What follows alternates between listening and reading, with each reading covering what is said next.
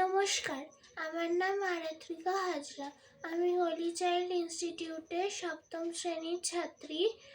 গত 12ই জানুয়ারি শ্রদ্ধা মন্দিরের প্রাঙ্গণে যে অঙ্কন প্রতিযোগিতাটি অনুষ্ঠিত হয়েছিল তাতে আমি অংশগ্রহণ করেছিলাম। আমার আঁকার বিষয় ছিল যেমন খুশি আঁকো। আমি তাতে একটি দর্শনীয় স্থান এঁকেছিলাম। সেই দর্শনীয় স্থানটি ছিল তাজমহল। তাজমহল হলো একটি ঐতিহাসিক স্থান, যেটি মুঘল সম্রাট শাহজাহান তার স্ত্রী মুমতাজের জন্য নির্মাণ করেছিলেন। এই স্থানটি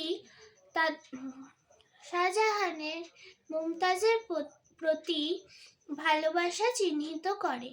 আমার এই আঁকার মাধ্যমে এটাই আমি বোঝাতে চেয়েছি যে সমাজে সমস্ত মানুষের যেন একে অপরের প্রতি একটি ভালোবাসার টান থাকে।